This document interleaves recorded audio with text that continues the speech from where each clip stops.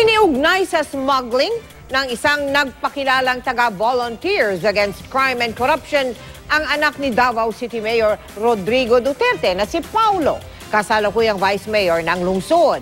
Ayon kay Prefecto Jaime Tagalog, magkasabwat daw ang bisi at asawa nito sa smuggling ng mga mamahaling sasakyan, bigas, asukal at maging ukay-ukay.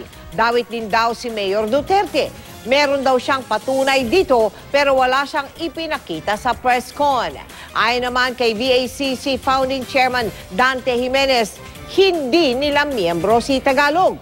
Sa isang text message, sinabi ni Vice Mayor Paulo Duterte na black propaganda lamang ang akusasyon laban sa kanilang pamilya dahil sa patuloy na pagtaas ng survey ng kanyang ama. Hihintayin daw nila ang formal o mapormal na maisampa sa korte ang kaso at doon daw nila sasagutin ito.